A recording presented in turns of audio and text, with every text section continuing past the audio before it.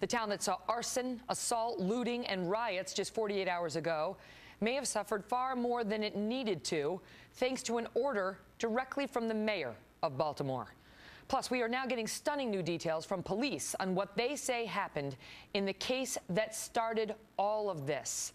A defense is starting to emerge for the police conduct so under the microscope in this matter. Welcome to a busy night here on the Kelly File, everyone. I'm Megan Kelly. We start with new developments on a stunning report that broke earlier today.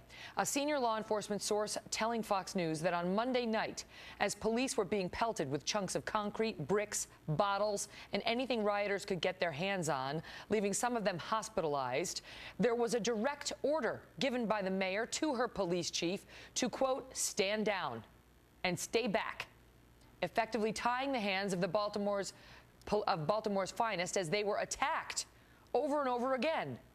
Orders that meant officers had to watch from a distance as rioters destroyed and set fire to more than 140 cars, including police cruisers. And we are also hearing how they stood down at the mayor's direction. At the same time, we're hearing that 150 businesses were damaged or destroyed, costing jobs, causing hardship for the neighborhoods they serve. And then in one of the most painful quotes of all, that same source tells Fox News that the directive from the mayor to the police was to, quote, let them loot. It's only property. Leland Vittert is live in Baltimore. He broke this story earlier today. Leland, what's the latest there? Megan, it's very clear on the streets that there is a whole new mood out here among law enforcement. They obviously have the National Guard. We have got a lot of uniformed Baltimore police officers out here all around this street corner. And also behind us in the shadows is dozens of riot police who are ready to respond at a moment's notice. And they say it is going to be a very different scene if there is trouble than what we had on Monday night that played out, Megan, on your show.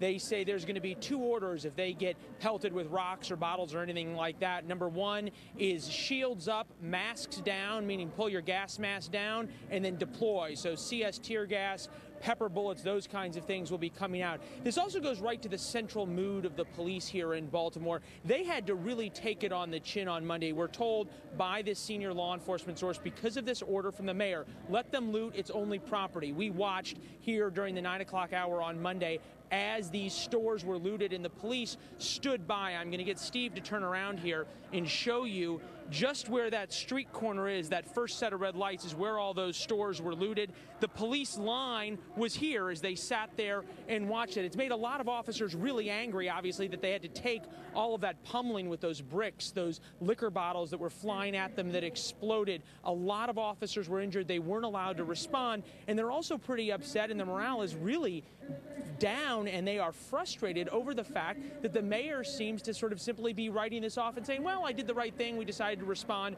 when we can. It doesn't seem to understand the severity of how much she has put her officers not only in harm's way, then seems to not take responsibility for it and then throw them under the bus, Megan. Leland, thank you. We're going to continue to follow this because, as we mentioned, the scope of the damage to Baltimore's economy tonight is hard to add up. Not only were more than 150 businesses damaged or destroyed, it's only property, but others are not reopening for now.